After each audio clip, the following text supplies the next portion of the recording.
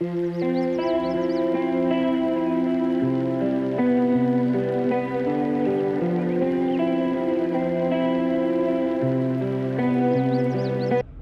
morning, everyone. It is currently 3:30 in the morning.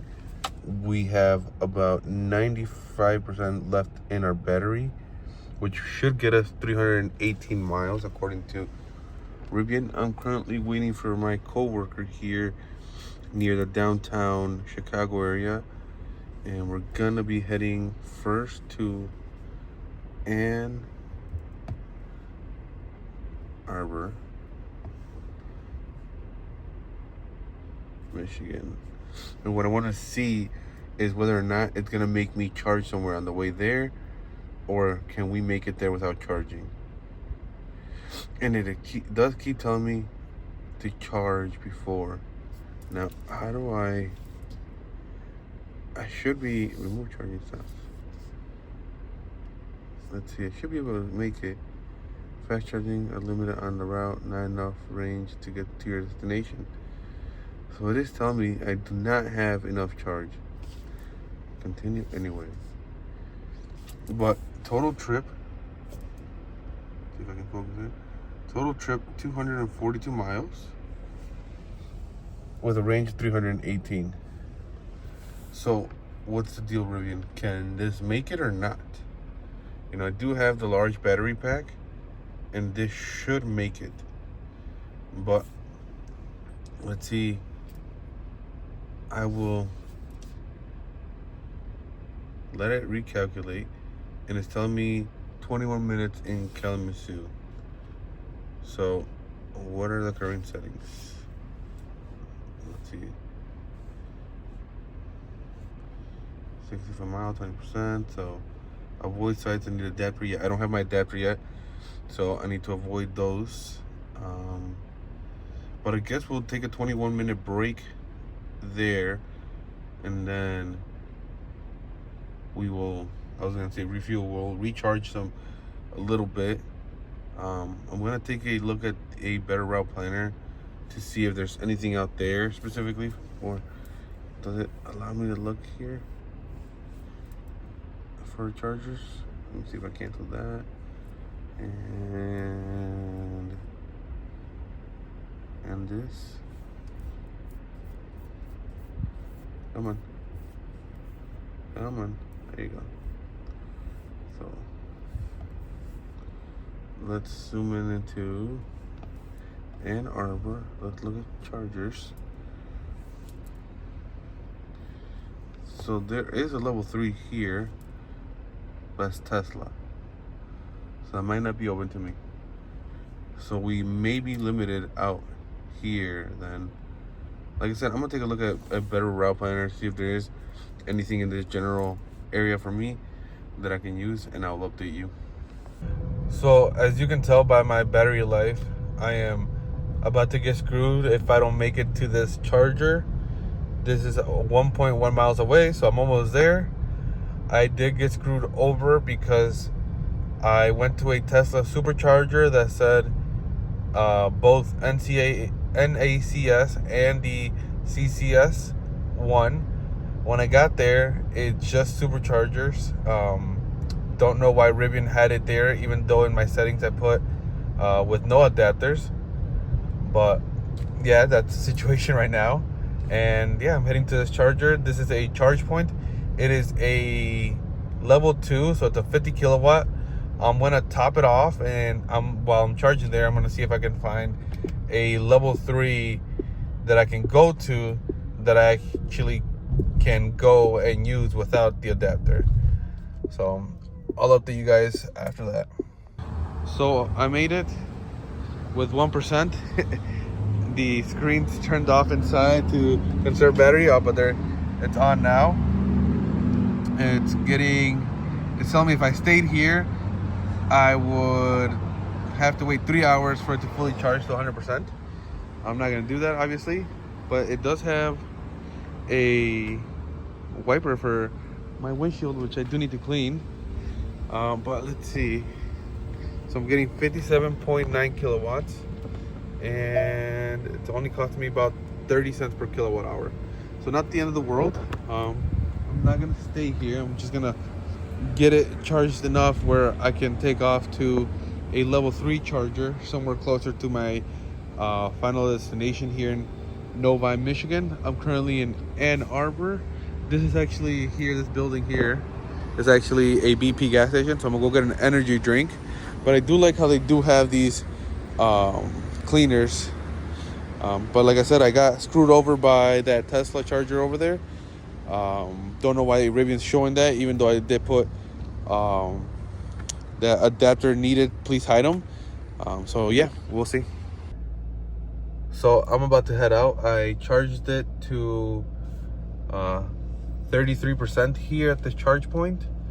I'm loading up the actual screen right now for charging. So it just held 61 kilowatts across the board there.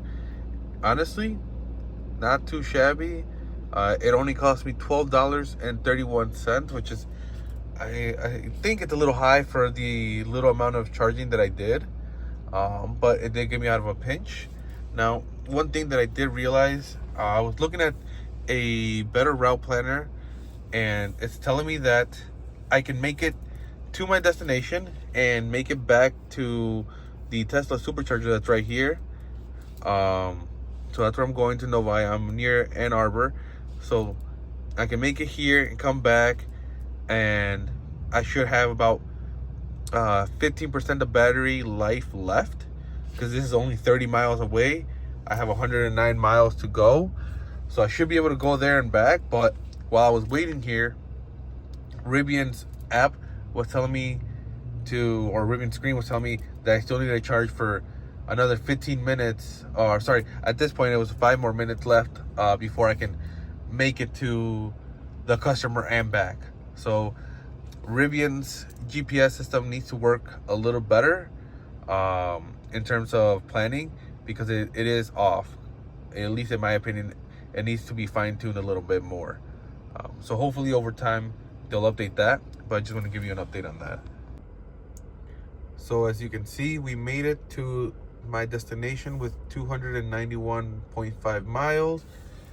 I did stop and charge a little bit just to make it here, and like I said, make it back down to the Tesla supercharger that's about 31 miles away from here. So yeah, so far so good. The unfortunate thing, and thing you should know, is what I heard, is that the windshields for Rivian are very fragile, and as you can see, I already got a crack. So I wanted to make a quick video for those of you that are on the road and need to charge. I just spent about an hour charging at a Walmart with an Electrify America. Here's the curve. As you can tell, it started out real good and then it just kind of dropped after that. But I got to the percent charge that I need so I can get to the next stop, which is going to be a Rivian stop. Let me zoom out for you, and we're going to be going there, which is 174 miles, and then I'm assuming we just top off there and make it all the way home to Chicago. But one thing to note is make sure you have your Electrify America card and everything set up. Make sure you put money into your account prior to getting there. If not, you're gonna be paying with your credit card like I did. Lesson learned. And then I put money into it. There were about 4 or 5 cars waiting as well, so I didn't want to be an asshole and just sit there filling with the application, so I just paid with my credit card. So just make sure from my mistake, you learn and have your account set up, and that your card is all good. That way you can charge at Electrify America. But yeah, this one came out to be $48, which is still slightly cheaper or just as expensive as my Mazda CX-5 would have been. But yeah, it's a lesson learned for sure, and hopefully you guys don't make my mistake. Again, the charging curve isn't the best, but yeah, I mean, it worked out. It got charged. I got to eat lunch here at the Thynion right here. So I got to eat lunch there, relaxed, made, caught up on some work emails. And yeah, I mean, it's the life of an EV, right? An EV owner is just charging and making the best out of your time. So if you have any questions, feel free to let me know. So here we are at a Rivian charging station. This is my first Rivian charging station. And all honesty, it was pretty simple. Just grabbed it, plugged it in, and it started charging after about, I would say, 35 seconds. So currently getting about 200 kilowatts of energy. And there's 1, 2, 3, 4, 6 charging stations here, as you can tell. And there's a nice pulling over here for those that have a trailer. But yeah, it's so far so easy. Let me check how long I have to actually charge here so that I can get home from here. And it is not giving me a... Let's pause that before I get some copyrights. But it isn't telling me how long I have to charge before I get home. So let's look for Chicago, Illinois, and let's see when it appears here. So map the route, and okay, there we go. So we gotta get to about an hour of charging so I can get there, or we assume trip in 16 minutes. Oh wow, okay. So there's gonna be a fast charge here, and on the actual screen it says 14 minutes. And do I have here? There's the charging. So when it's hot out, okay. Yeah, I'm not turning off the AC. It's hot in here.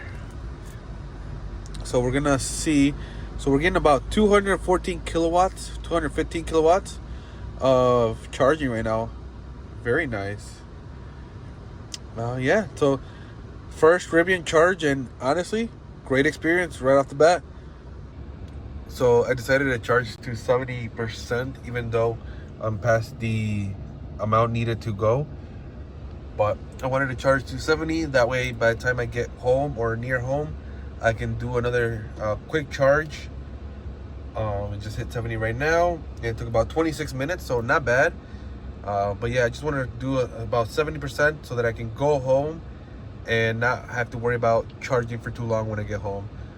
Tomorrow's gonna be another day of maybe 100-mile driving around town to run some errands. So again, just want to get home, charge as quickly as possible to 70, 75%, and then go home so I can rest for the evening. So just want a quick update. And this came out to be about $34, $35, let's say, max for about 26 minutes of charging. So it is the middle of the day. It's 4:33 p.m. here in Michigan. So not the best pricing at right now. So I just want to summarize the whole trip in this last portion here. Let you know what my thoughts were, the mistakes I learned, the things that I did wrong during this whole trip, and just kind of hopefully help you guys out, as well as give you an update on the chip that I got on my windshield. So to start, I charged my car to 99% on Sunday night, so that Monday morning when I left at 2:30, 3 o'clock in the morning, I would be good to go.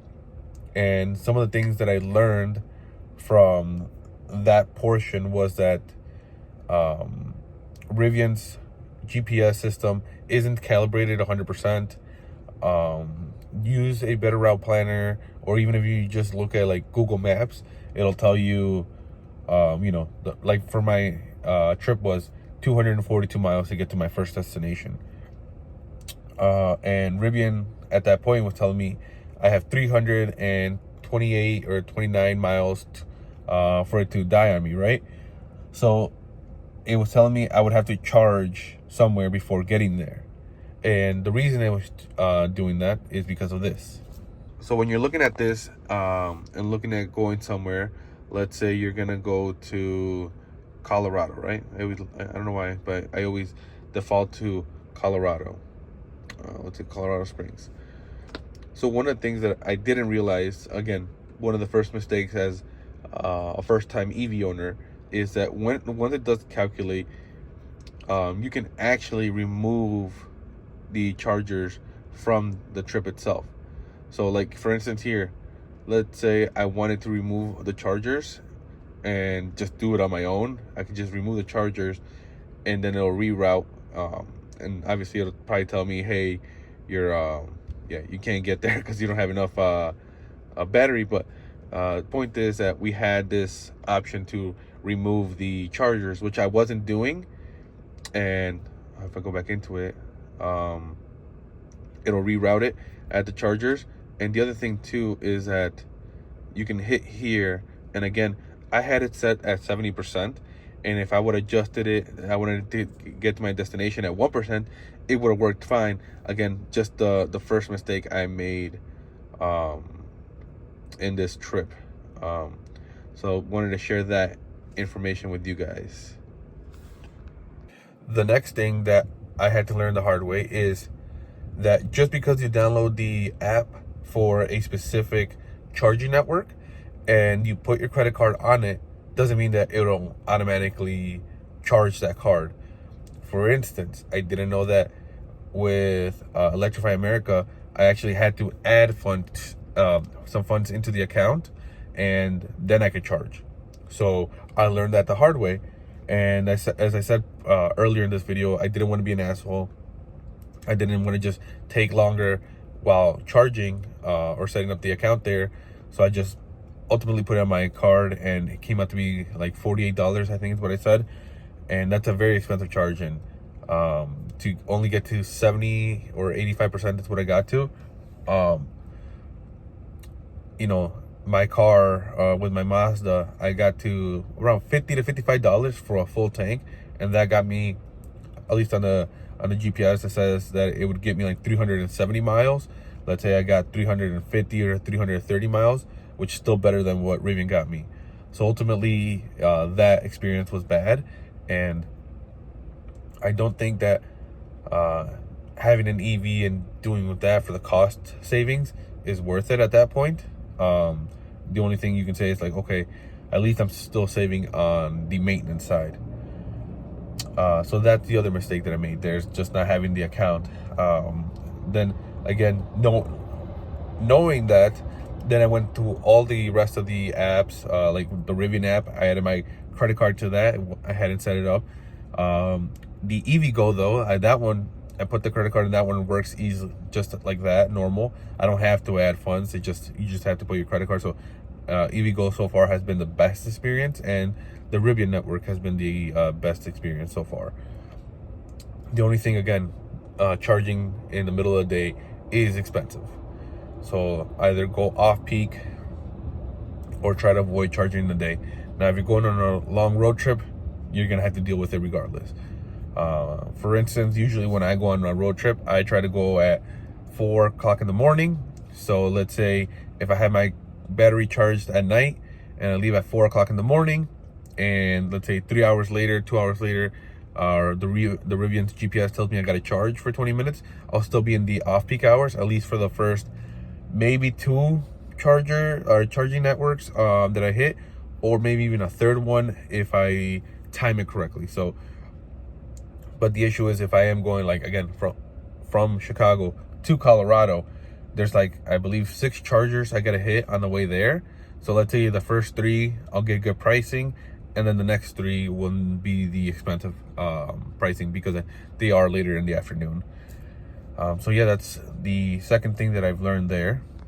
Overall, I can say that in this short trip, to Novi, Michigan and back, it was about 526 miles that I ended up driving.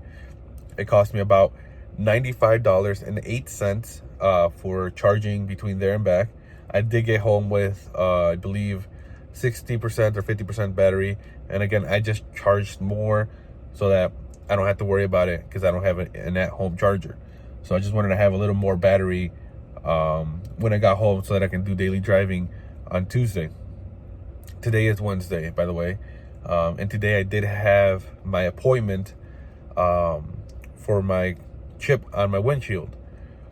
So it did not get fixed. And apparently the actual chip on my windshield has no actual impact from the outside. So they can't actually put the solution inside to avoid the cracking. The workers there were telling me that they would have to actually make an impact so that they can actually put the solution inside. But obviously that has a risk of actually chipping the whole thing or breaking the whole windshield. So I decided not to go through with it. Now I'm gonna go home, do some more research on it, and look up Rivian windshield, maybe even talk to the service center for Rivian to see what options I have, if any. But I don't want to risk cracking the whole windshield and having to replace it when I haven't even had the car for a week. It's only literally picked it up Friday, drove around Saturday, Sunday, and then Monday had my road trip, and Monday the windshield got the little ding on it. So that's the overall experience. It was a fun learning experience of how the charging networks are actually working out in the real world, how to set up my accounts, and to always have a backup plan. And definitely you definitely need the Tesla supercharger adapter. It is a requirement for road trips. I just a little quick story. I just talked to my friends who actually did do the road trip from Chicago to Colorado. They're there now. They own a Tesla Model Y, and their experience was like the best thing ever. They used to have a Toyota RAV4. They traded it in for a Tesla Model Y, and they said that the supercharging network was 100% great. They had no issues whatsoever. They went there with their 2 dogs, so it was perfect. Little potty breaks for the dogs as well. It took them 18 hours to get there, but he said that that was completely fine. But yeah, overall, I do believe that, again, just in general, that Rivian needs to work on their actual route planning, because I saw that it changed various times. They would tell me, you're going to get there with 1%, you're going to get there with 7%, you're going to get there with 6%. And so it was varying a lot. So Rivian definitely needs to work on that. You do need to be prepared for charging and have a backup plan for it. And overall, the experience in the car itself was great, apart from just the charging, which had a little snack food because of me, not because of the car, but because of me. So yeah, that's what happened. That's my experience on my first, little short road trip of 526 miles. If there's anything else you guys can share with me or share with the community, please let me know. And I hope that this video has been, educational and something of a real world experience for you guys as well. So I look forward to the next one.